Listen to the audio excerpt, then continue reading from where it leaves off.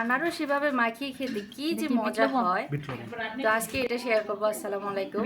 এখানে কিছু আনারস টুকরো করে কেটে নেওয়া হলো, চাট মশলা, তারপরে চাট মশলা দেওয়া হইতেছে, 1 চামচ চাট মশলা,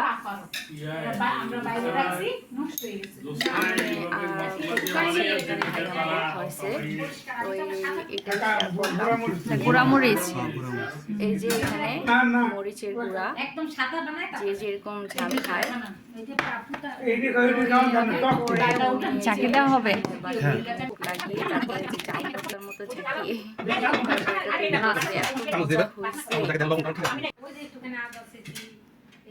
মাশাআল্লাহ খুব মজা হয়েছে। আপনারা ট্রাই করতে পারেন বাসায়। আবার একটু কাসুন দিয়ে দেয়, তো এইভাবে অনেক মজা হয়েছে। আরো বানাবো সব খাওয়া হয়। লাস্টে দেখেন সব শেষ। ধন্যবাদ সবাইকে।